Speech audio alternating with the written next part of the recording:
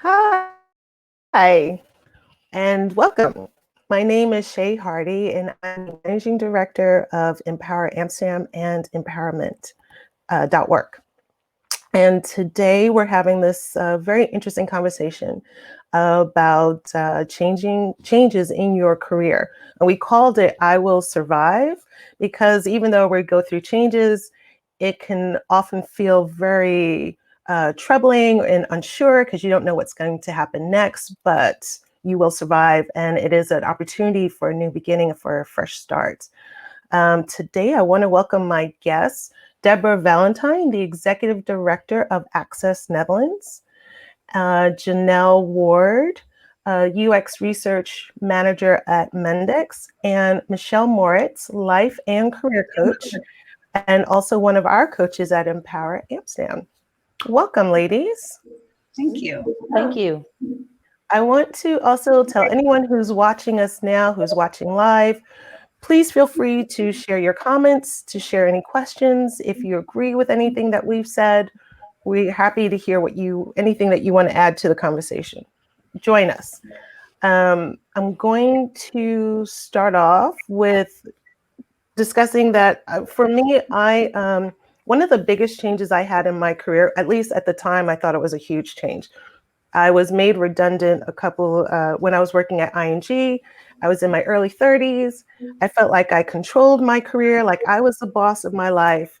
And then we decide when you work, when you don't work. And I was made redundant.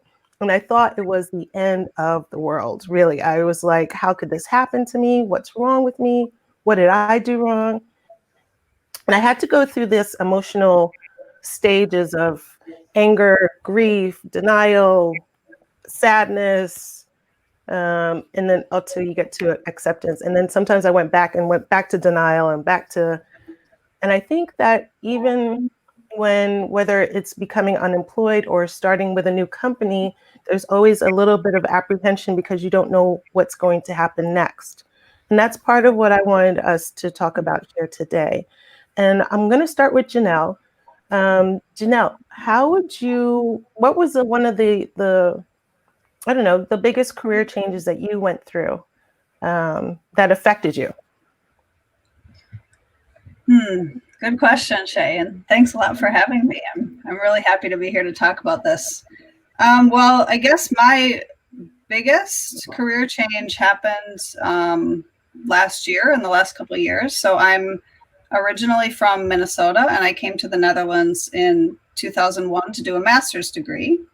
And then I stayed and did a PhD, and then I got into academia, and I was working at Erasmus University for more than 10 years as an assistant professor. So it sounded and seemed like that was it. But I was always, really uncertain about, was I really in the right place? Was this really what I wanted to do? And I think I did change careers a couple of years ago. We can talk more in detail about how that process looked. But for me, the biggest change really was realizing that I wasn't in the right place, even though I had a good job, it just didn't feel right.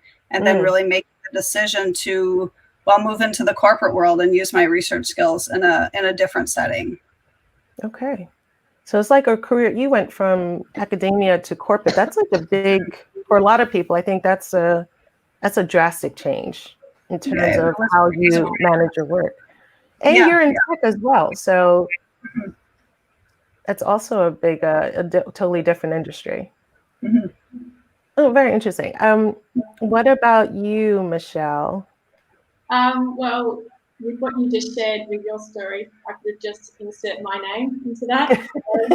2007, redundancy after 10 years working for one company, the first company that I'd worked with out of university that I'd grown with. I was also in my early 30s, so I was at a kind of, getting to that kind of senior level, and really thought I knew where I was going. And the redundancy really was devastating, and I think on a couple of levels, not just from a career perspective, because then you start to go through all those emotions that you mentioned, and you start to question, where am I going? what am I doing? But also on a personal level, it really made me question a lot of, who I was. And did I want to continue on this path that I'd kind of just seamlessly gone on? So I'd kind of, I'd done well at school, and you just go, I went straight into university, then I went straight into a graduate program, and it was, tech company doing the .com. So it was all go, go, go, exciting, exciting, exciting. And I kind of rode the wave and hadn't really, I don't think, ever kind of consciously chose really what I wanted to do. I kind of grabbed the opportunities as they came, as opposed to, was this something that really fulfilled me or made me happy? And Right.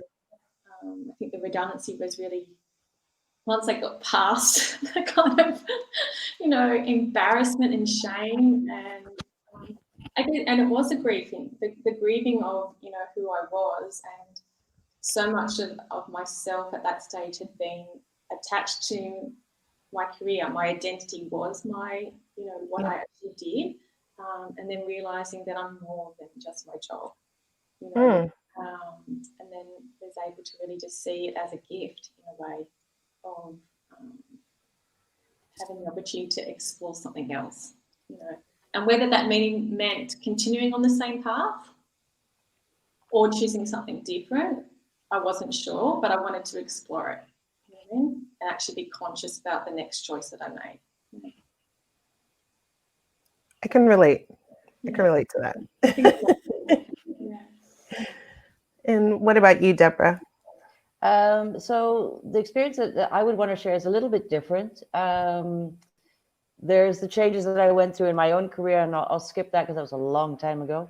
But as the partner of somebody who was moved around, I often was put in a position where the change was not of my initiative. So a little bit like redundancy, but you're leaving the country.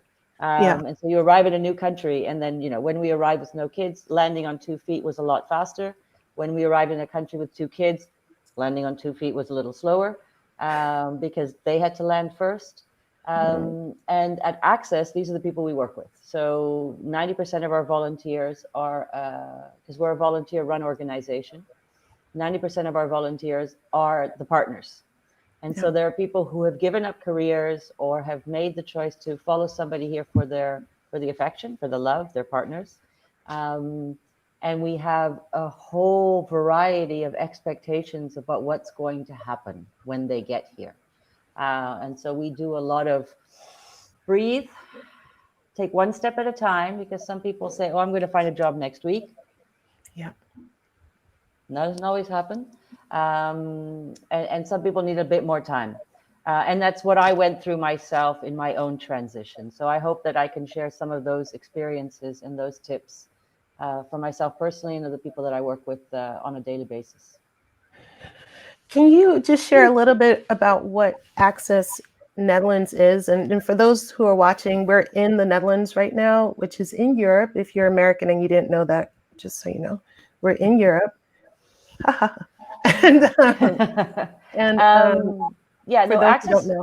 Access is, so we're a Dutch-based organization. We've been around for 36 years now. Started at the American School just outside of The Hague as a mental health project, actually, to help people overcome loneliness and depression and feeling out of touch with their community, because they had just arrived here as expats 35 years ago.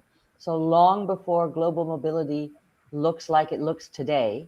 There were very certain paths you took, and not everybody was moving around. There were industries and companies and embassies. And they noticed a problem, people were not fitting in. And so the model that was set up was Access. And we have an on-call counseling network, which is people can call free of charge Monday through Friday, actually on the weekend as well, and be referred to the right support that they need. And the organization is run by volunteers. So we provide professional volunteering opportunities to people who can use their skills, learn new skills. They run the organization, from the finance department to communications to recruitment to training.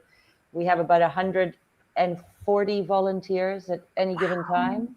And we work nationally from our back office, but we also work very closely with the cities of The Hague Amsterdam, Leiden, and Utrecht. So that's a very Oh, short wow. summary of who we are and what we try to do. Wow. That's Yeah. amazing. What I noticed about all of us is that there was a period of either, well, it's like you have to go through a period of transition, of getting used to the change, and whether you're coming because whether the change is happening because you want to make it happen, or whether it's being forced on you, like being made redundant, or being a trailing spouse, or following your partner. How did you guys deal with transitioning? Like, maybe you could also tell us a little bit, what were some of the feelings you were going through at the time? I'll jump in. I'm very extrovert, so networking for me is very easy. And I appreciate that it's easy. And so I do that very often myself. When I arrive somewhere, I just find groups, whether it's a tennis group or coffee group or whatever. I go to every coffee morning you can find on the list. And I encourage people to do that here as well. Go to them all, even if they don't sound very exciting. You'll meet a few people. And so long as you've met a few people, you can build the rest. Right. And so for me, transition and looking for a job depends on others. You can't do it alone. And so you need to find some of the groups, whether it's a play group or a book club, or it doesn't matter what it is, a couple of groups that they're in your agenda, so they're your activity. And through them, you'll meet other people who are usually already there for a while, and they will be your initial hook to carrying on beyond that. And I know it's not easy for everybody.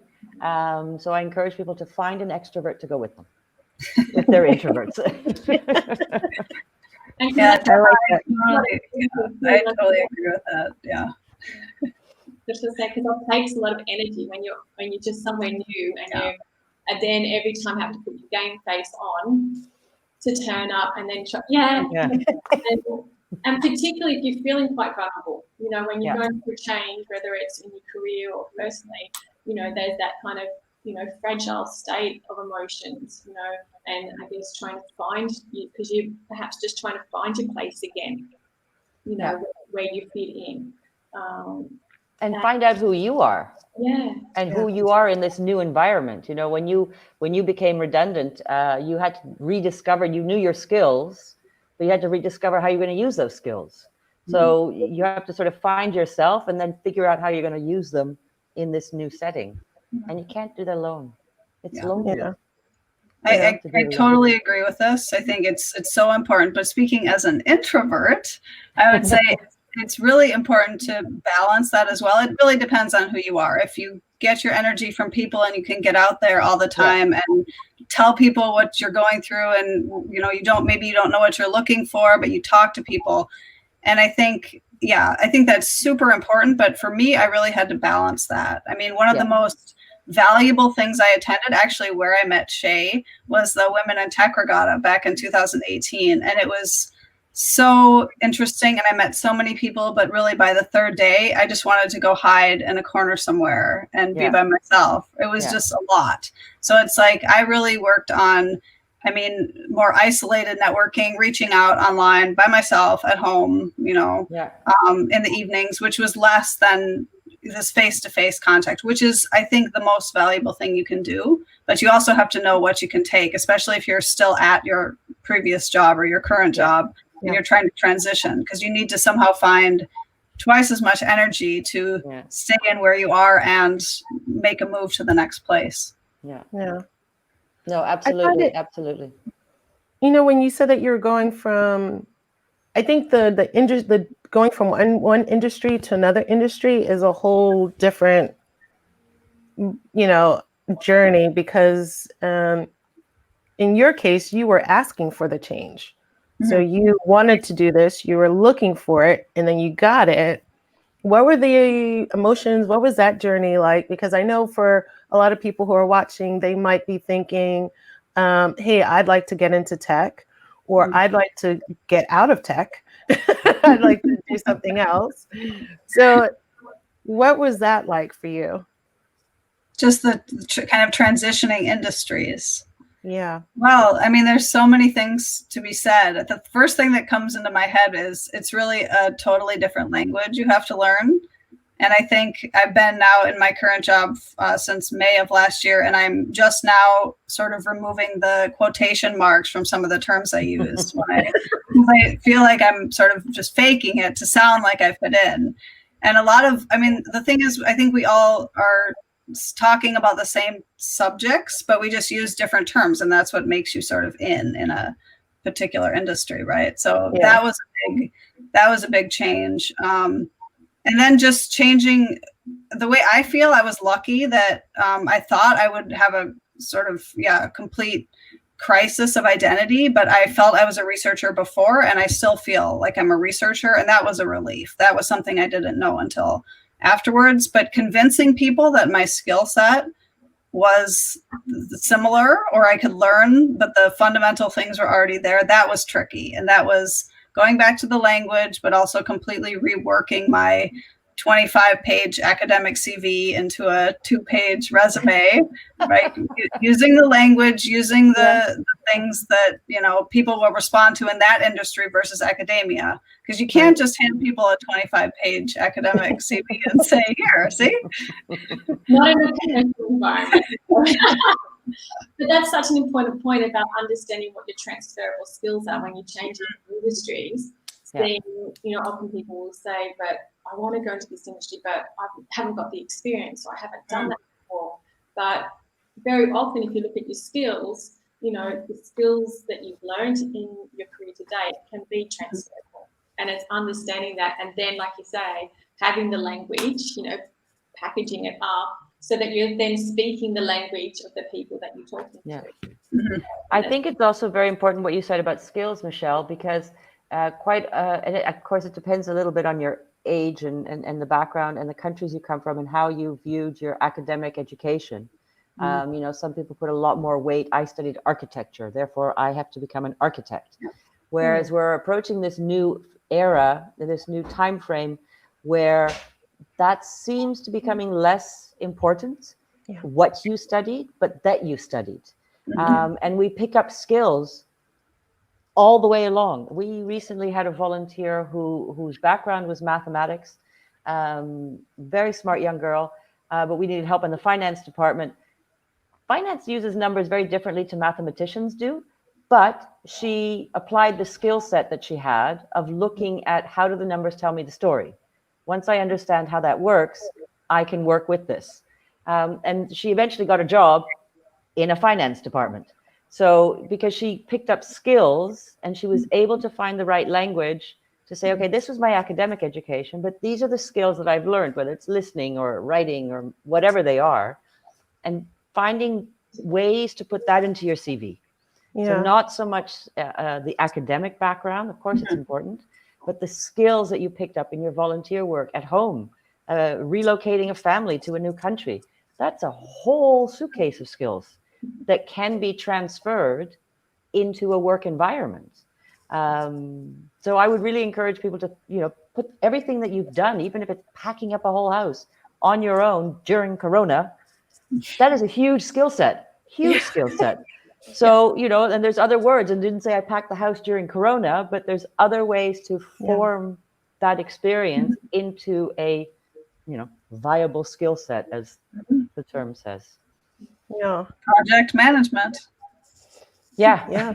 Project management. Yeah. So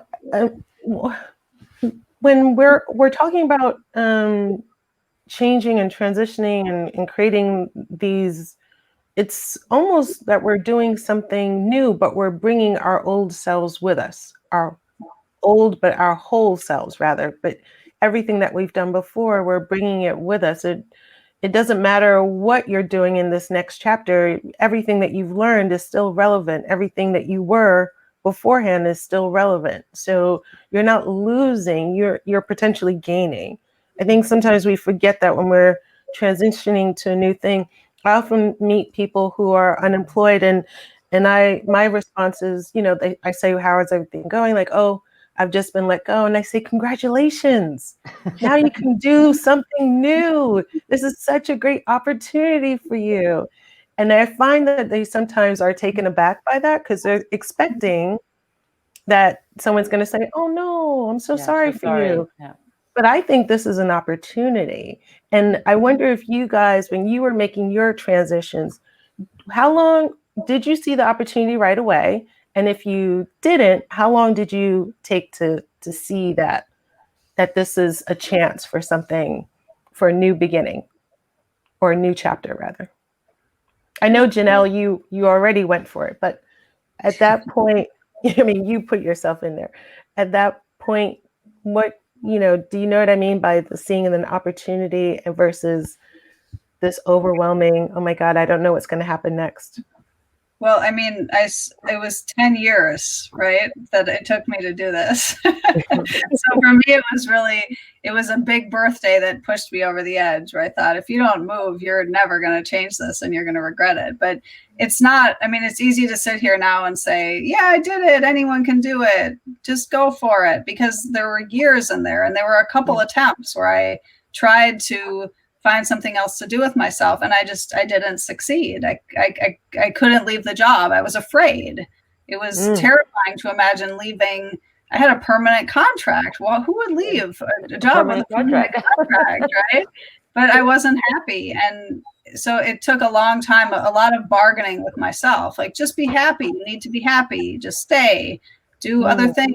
And so it was just a lot of this. And I think, for me, what pushed me over was, just really the birthday and thinking, you got to do this. And actually, you have years and years left to work. There's plenty of time to change careers. But it was really just kind of, it was just a moment. It was the straw that broke the camel's back. But there were many times before that I didn't manage. And I thought about it all the time. So it's sometimes, I mean, for me, looking back, I think it's really just be kind to yourself too. And you need to push yourself, but don't beat yourself up if you can't do it this month or in 6 months. Just keep it in mind and keep looking for opportunities, because I feel much kinder to myself now than I felt maybe during those years of wishing I could make the move.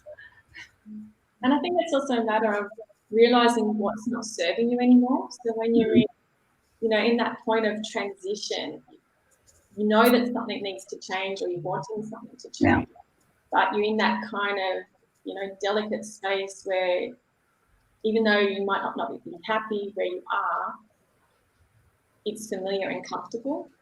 And when you're going into the unknown, that's scary. That's scary. But you've got to let go of, the stuff that's not serving you in order to make space for the new and exciting stuff. And I think it's something that actually, the more you do it, it's like a muscle that the easier or more faith you have in the process, right? And I think the more you do it, the more you realize I can do it. Because you look back and you think, oh, I did the last one, so I can do this. I mean, in answer to I remember moving to South Africa from the Netherlands. And it was, Mandela's first year of government. So South Africa was a brand new country. The UN was coming back in. My experience was with the UN in Latin America. So I basically approached every single UN agency and said, I'm available as a local hire. I know that obviously you need to hire the new South Africans, the diverse community, but you also need a couple of years of people teaching them how the UN works. I'm here. So I saw that opportunity and I focused on that because I knew then and there I had something. But in other countries, I wasn't allowed to work, or, you couldn't get into the network. So then I volunteered. So I wasn't in a situation where I had to earn money. And I think this is also something I try to tell people is that, of course, if you have to earn money, then you have to earn money and we have to find you a job, period. But a lot within our community at the moment don't necessarily have to work. And I find a lot of, particularly women, identify the job and the paycheck with their identity. And I find that I spend an awful lot of time talking to people and saying, okay, the paycheck is not who you are. The paycheck is for what you do. And who you are and what you do can also be done without the paycheck, if you can do that. So relax a little bit, go and do something that you're good at, cooking, whatever it is. And at least that way, get the strength to deal with the other changes that are still going to come your way anyway. Yeah. I just want to invite anyone who's listening in right now, please leave your comments, ask any questions. We're talking about what we do to survive changes in our careers, whether it's a new job, a new company, a new boss, whatever, what have you. Clarissa, hi, I see your comment. Clarissa said, yes, balancing introverted and extroverted time is something I'm working on with networking. I'm also an introvert. I think I'm on the cusp, introvert and extrovert. I definitely need my alone time. And I recognize that too when you said that earlier, Janelle, at the regatta. I definitely wanted to hide for a while. There was something interesting that you spoke on, Deborah, about how we often think our careers are our identity. And I find that it doesn't matter where you are in your career, when things change, there's like a piece of you that is also about to change. And it can feel very confronting or frightening.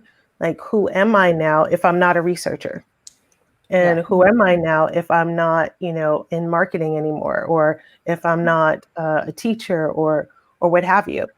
And I find that it's hard for it not to be your identity, especially if you spend 50 hours a week doing the same job. It takes up a lot of your time. It's what you do. It becomes, you start to think, this is who I am. How do you manage that? How have you guys managed that? And how would you recommend someone else to manage that? The identity part specifically. I think it's understanding that you are more than the job, right? And then, so what else lights you up? What else brings you joy and happiness? That it isn't just about the job. And if that job was to go away for whatever reason, what's going to make you happy? Yeah. And I remember when someone did an exercise with me, who they just said, I want you to draw circles, and the size of the circle represents how important this part of your identity is to who you are. And so I drew all these circles, and it was, being a mother and being a writer, and then my job, and then and all these other things, and being a traveler, all of these things. And that made me realize there were more elements. And I mean, I think maybe we're taught that you have to monetize everything that you're good at or is important to you, but that isn't necessarily the case. And there's many things, that you do that aren't going to be connected to how you make money. And you are more than just that element. That really helped me. Yeah. Oh, I like that one. I think you're right. We monetize way too many things. And of course it's crucial and it's important, but we don't have to start the judgment from that point. I think we can start the reflection and the judgment from another point and say, oh, and I get paid for what I do, as opposed to I'm being paid to do this. No, I want to do this and someone's paying me. That's sort of the order of that weight. I like that. Yeah. Monica shared a comment. She said, I think we all are conditioned to associate our job and title as our true identity. Yeah, I would agree. I think it's our responsibility to not do that. Somehow we have to break that. I think the younger generation, that's starting to change. Yeah. Right? Yeah. Because, they're not necessarily having jobs for 10 or more years. It's a lot they're definitely changing things and changing role description and job descriptions and how they work and what hours they work. And this whole COVID is changing everything about how we work as well, because now all of a sudden employers are going, oh, they were actually quite productive working from home. Maybe we should reevaluate how we work from now on. I would not be in favor of getting rid of the office completely, but I think there can be more, more balance in that as well. But I Yeah. agree, Michelle. I think the younger generations are changing it completely. You know, digital nomads that, certainly when I left university, that was never even a No. Yeah. concept that you could imagine doing. And I think a lot more kind of work-life balance from a younger generation. Oh yeah. They demand it. Yeah, and they put firm boundaries on that, right? And I think that's part of, back to your question about, identity and, your job as an identity. And, one of the biggest things is about being able to set some boundaries around, where your work life starts and ends and where your personal life is. And of course, you have peaks and troughs when, you've got your launch or whatever you have to, knock it down. But that doesn't mean that you have to stay at that level all the time. So then everything else gets sacrificed. Yeah. And we're all spoiled. We live in a country, let's be honest, where there is a lot of value put on work-life balance. There is a lot of value given to your downtime, your holiday time, your off time. And I find myself talking to family in Canada, and every now and then I go, oh, right, it's a little bit different here. They only have 2 weeks holiday a year. We have 6 weeks. In Canada? And then, yeah. Well, some That's 3 like weeks. America. But yeah. I We have thought they free were better healthcare, than but that. the rest is, No, but I mean, I'm very conscious that I live in a country that has given me a mindset that is not the norm. So I have to keep reminding myself and reminding others who come from a country where this is not the norm as well. I'm thinking we have many volunteers from India or from the Asian part of the world. And they're like, you want me to go home now? Like, what? Yeah, go home. So they're struggling as well with the change and the difference. So yeah, but I'm happy for it. I'm not complaining about that at all. Yeah. I remember when I first came here, I'm from New York originally. So work-life balance is not a thing. It's not I didn't even know what that was. I don't even know that term until I came here, and everyone left at 5. And I'm like, where is everyone going? What's happening right now? At 6, right? And then they're like, and so I thought, well, I'm just going to stay an hour longer because why am I sitting here if no one else is here? And they were like, wow, you work such long hours. And I thought, you have no idea. You have no idea. I was in New York. I didn't leave till 9, 10 o'clock. And that was a normal day. Normal day. Crazy. But I think it's really good that there is a sense of boundaries and a work-life balance. Yeah. And a respect for a work-life balance. Yeah. Like the respect for your free time, for the other part of your identity, for the other ways that you express yourself and spend your life. Yeah. I'm going to read some comments here from Maureen Dulder, who is also one of our volunteers at Empower. She said, I hear a lot of things that I can relate to at the moment because of the situation I am in now, the fears, the questions. So glad to hear about your experiences. Thanks, Maureen. And we also have a comment from Constantina. My biggest challenge while moving to a different country, following my partner, was to find my professional identity in a completely new environment and a completely different work culture. While I've made steps towards it, I still find it difficult to expose my professional identity to others. It's very inspiring to hear your own stories. Oh, thank you for this great live talk. Ooh, that's interesting. Exposing your professional identity. Because that can be different, can't it? When you move to a new country, perhaps the profession that you had in that country is not recognized necessarily in your new country, or perhaps the companies or the brands that you work for. As a marketer, I work for some big brands in Australia, or even some international brands that are just not known in Europe. And that can shake up your confidence. So in terms of relating to your professional identity, it's then, well, what is my identity, and how do I convey that or sell that into people when they don't even know the industry that I'm talking about. They don't understand the brand that I'm talking about. So how can I really legitimately convey what I do? And then you're trying to find out, well, what is the equivalent, or where does that fit in for me? That's such a great point. Yeah. Yeah, that is tough for a lot of people, especially in some certain professions that you then have to, when you come to the Netherlands, you have to then almost requalify in some cases. And then they go through a whole thought process. Is it worth it?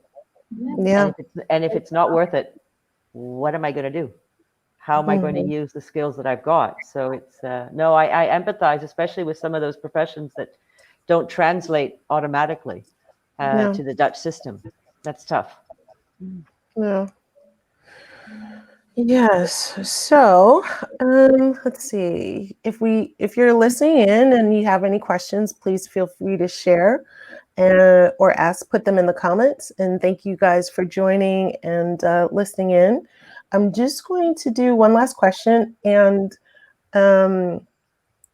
it's an easy question.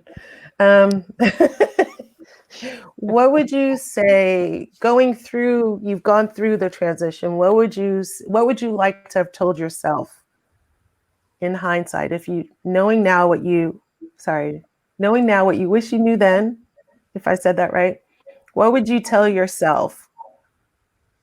What advice would you give yourself? Not as scary as you think it's going to be. It's not as scary? Yeah, it's not as scary as you think it's going to be. I think I would be kinder to myself. I wouldn't have been so hard on myself and given myself, in 2 months, I'm going to do this. Well, how are you basing that 2 months on? Colombia is completely different to Ecuador. It's completely different to Pretoria. I mean, so I think I would say just be kinder to yourself, be gentle to yourself, and appreciate that everything you do is a new experience and is actually giving you something that you will use. Mm-hmm. You will use it. Maybe not in the first time, but you will use whatever you're learning. So, yeah. And to really listen to your intuition. I know, particularly when I was made redundant, people that I've looked up to, mentors and whatnot, were telling me advising me on one path, which sounded very rational, very logical, and was probably, of course, made sense to do, but it just wasn't sitting right with me. And I was like, if I do that, I'm going to be in this. I know this is going to be the same thing that's going to happen, and it might be a year, it might be 5 years, could be 10 years, but it's going to just be the same pattern again. And I think, learning to actually really listen to myself, despite what other people, particularly people that you really trust. But when you know that that's just not right for you, to trust that, because if you trust yourself, then everything will always be okay, regardless of who goes through. Yeah, I agree with both. Be kind and listen to your intuition, and have confidence. Try to have confidence that you'll get where you need to go. I mean, it was for me from the time I really started networking and putting myself out there and talking to people and applying to jobs. It took me 1.5 years to get a job offer. And the funny thing it was in one day. It was an afternoon where I went to a company to visit and then found out that door was closing. And a few hours later, I got a call that I was getting an offer. But it took 1.5 years, and then it was just all at once, right? There were 2 options. But 1.5 years, I mean, of networking and meeting people, and some dead ends and some nearly opportunities that then didn't work out. And it can be very hard to persevere, but I'm really glad I did. And like Deborah said earlier, it gives you the confidence to do it again. I mean, I'm not planning to do it again anytime soon. I think I did it, but it isn't as easy as just listening to people say I did it. There's a lot of dark times in there, and it's tough going, but just persevere and trust. If you're really making an effort and putting yourself out genuinely to others with what you're trying to find, it will really help. Yeah, because you need others to celebrate, but also to cry with you. Mm-hmm. And you need the arms to just say, just give you a hug or whatever. But you need that network. Even the introverts need that network. It doesn't have to be a big network, but you need 1 or 2. It's true. Yeah. Well, I want to thank you guys for joining me this evening. And I want to also, Michelle Maritz is having a workshop coming up the 29th of July, Get Unstuck. And it's going to be online. It's at 9:30 to 11:30 Amsterdam time. So if you're in New York, you won't be able to join this one. Sorry. But if you're in London, it's just an hour earlier. And I really do thank you guys for joining. Thank you for sharing your stories. Thank you for being part of the conversation. And I hope anyone who's watching can get something out of it, some encouragement and some inspiration. Thanks, Shay. Thanks, ladies. Thanks so much. Thank you, Shay. Thanks.